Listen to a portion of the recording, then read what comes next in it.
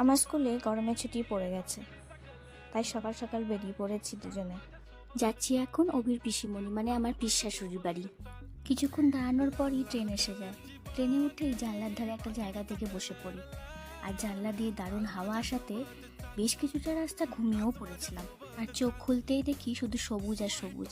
শ্রীরামপুর থেকে আরামবাগের দূরত্ব হচ্ছে 2 থেকে 2.5 ঘন্টা ট্রেনে। স্টেশন থেকে নেমেই আমরা টোটো করে যাই পিসিমণির বাড়ি, একটুখানি, বেশিক্ষণের নয়।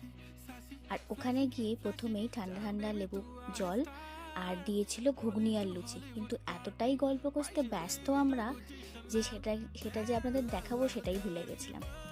দুপুরে ছিল, যেহেতু শনিবার গেছিলাম আমরা, দুপুরে ওদের নিরামিষ, তাই ছিল ডাল, আলু পোস্ত, তারপরে আলুর পকোড়া থেকে শুরু করে ধোকা, সাথে ছিল আমের চাটনি।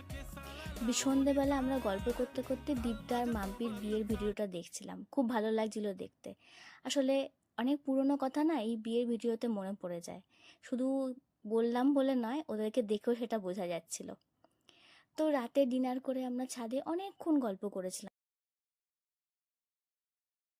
সকালে ঘুম থেকে উঠেই বাগানে আসি, দেখি অনেকগুলো জবা ফুল ফুটেছে।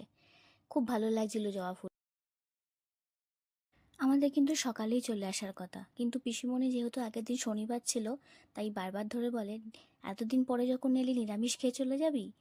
তাই পিসিমণি রান্না করেছিল এগ পোলাও, সাথে চিকেন কষা, আর দারুণ হয়েছিল কিন্তু রান্না। বেশ অনেক দিন পর কিন্তু ভালোই কাটলো দিনটা। আজ এই পর্যন্তই।